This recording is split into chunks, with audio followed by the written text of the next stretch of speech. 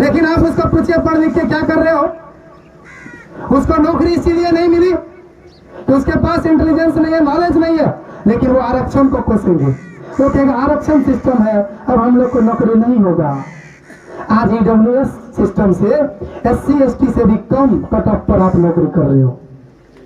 अब आरक्षण आपके लिए घातक नहीं है, अब आरक्षण आपके लिए लाभ हो गया। अब आरक्षण को वो लाभ कह रहा है, सबके लिए होना चाहिए। तो हम लोग भी बात करते हैं इस मन से, यदि आरक्षण लागू करना है तो सबके लिए बराबर लागू करो। इस देश में जिसकी जितनी हिस्सेदारी है, आबादी है, उसकी उतनी हिस्सेदारी, जिसकी जितनी आबादी उसकी उतनी हिस्सेदारी, भागीदारी। क्या मैं गलत कह रहा हूँ समिति साहब? क्या गलत कह रहा हूँ? जिसकी जितनी आबादी है उसकी उतनी हिस्सेदारी मिलनी चाहिए। हमारा संगठन यह भी कहता है कि मनोवादी ब्राह्मणवादी को वो यूरेशिया से आए थे, यूरेशिया भेज देंगे, वो विदेशी है विदेश भेज देंगे। लेकिन हम लोग राहत दे रहे हैं, भाई आपको विदेश नहीं भेजेंगे, पाकिस्तान नहीं भेजेंगे, यही रखेंगे, लेकिन जितना हिस्सा है उतना लेकर के रहो। किसी के हक हिस्से पर अवैध कब्जा मत करो। स्वामी विवेकानंद ऊंची जाति के ही थे, लेकिन उन्होंने कहा था ऐसा महापुरुष कोई युग युग में एक बार जन्म लेता है जो हिम्मत करता है सही बात करने का। उन्होंने कहा था ये ब्राह्मणवाद शूद्र समाज को जो गुलामी के जंजीर में जकड़ा हुआ है, जिस दिन ये शूद्र समाज जग जाएगा तो उनको जूतों के तले रंग डालेगा। और वो समाज आ गया, वो दिन आ गया है, अब जगना पड़ेगा। बाबू जगदेव कुशवाहा ने कहा था जिस लड़ाई की मैं शुरुआत करने जा रहा हूं ये लंबे समय तक चलेगा, एक दिन में आजादी नहीं मिलने वाला है, लंबे समय तक चलेगा। पहला पीढ़ी के लोग गोली खाएंगे, दूसरे पीढ़ी के लोग जेल जाएंगे और तीसरे पीढ़ी के लोग राज करेंगे। बाबू जगदेव कुशवाहा खुद गोली खाया था, इसी तरह का सम्मेलन कर रहा था, ब्राह्मण डीएसपी था वहां। जैसे कहा कि जैसे ही नारा दिया था कि 100 में 90 शोषित है, धन धान राजपाट पर 90 भाग हमारा है, पिछड़ों ने ललकारा है, तो डीएसपी का पारा चढ़ गया और उसको सीधे गोली मार दिया गया। सभा में उसकी हत्या कर दी गई। बाबू जगदेव कुशवाहा को आज कितने कुशवाहा समाज के लोग समझने वाले हैं।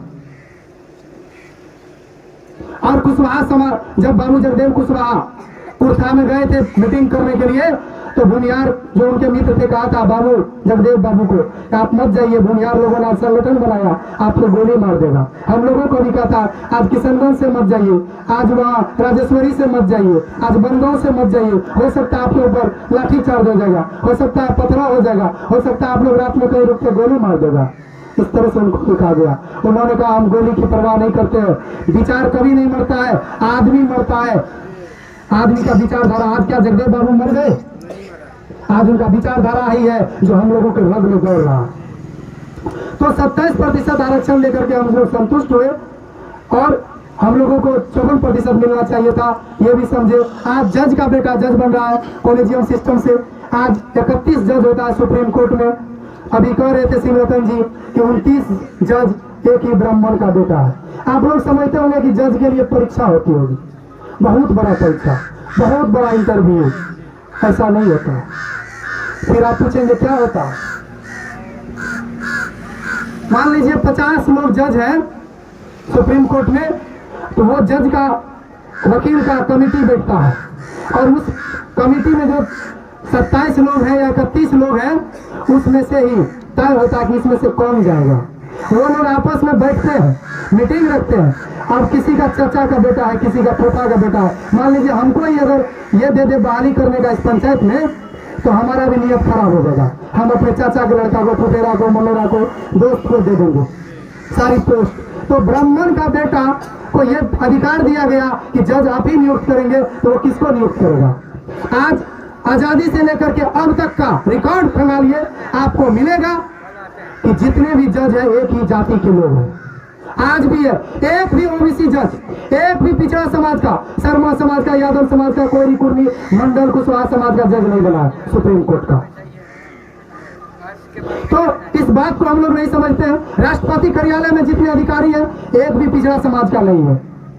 राजदूत जो विदेश में पूरा बंगला हेस नहीं करने के लिए मिलता है, एक भी हमारे पिछड़ा समाज का नहीं है। आईएएस का परीक्षा होता था, 314 ओबीसी आईएएस जो परीक्षा पास कर गया उसको बाहर कर दिया गया। और कहा गया कि तुम्हारे ऊपर क्रीमी लेयर है, मतलब 6 लाख से ज्यादा तुम्हारा गार्जियन कमाता है, इसलिए तुमको आरक्षण नहीं मिलेगा। हम लोगों को जब पढ़ते लिखते नहीं थे तो आरक्षण नहीं था, जब हम लोग पढ़ने लिखने लगे तो आरक्षण लागू हुआ, और अब बैरिकेटिंग हो गया कि जिनके 6 लाख से ज्यादा इनकम है वो नहीं जा सकता। अब मान लीजिए हम पढ़ने लिखने लायक हैं, हमारे पिताजी ने किसी तरह मेहनत करके हमको पढ़ाया और आईएएस का परीक्षा हम पास किए, हमारा चाचा गरीब है, वो अपने बेटे को नहीं पढ़ा सकता। अब कहता है ये सरकार कि आपके चाचा के लड़का को हम आईएएस बनने के लिए देंगे, लेकिन आपको नहीं देंगे, तो वो कभी बन ही नहीं सकता। इसका मतलब एक वहां भी षड्यंत्र है। तो 314 आईएएस को लेटरल एंट्री के नाम पर, मतलब कि क्रीमी लेयर के नाम पर आरक्षण से हटाया गया और हमारे समाज को आईएएस बनने से रोका गया। आज इस देश में जो 314 आईएएस समझिए अगर होता पिछड़ा समाज का, तो समाज का दशा और दिशा बदलता कि नहीं बदलता।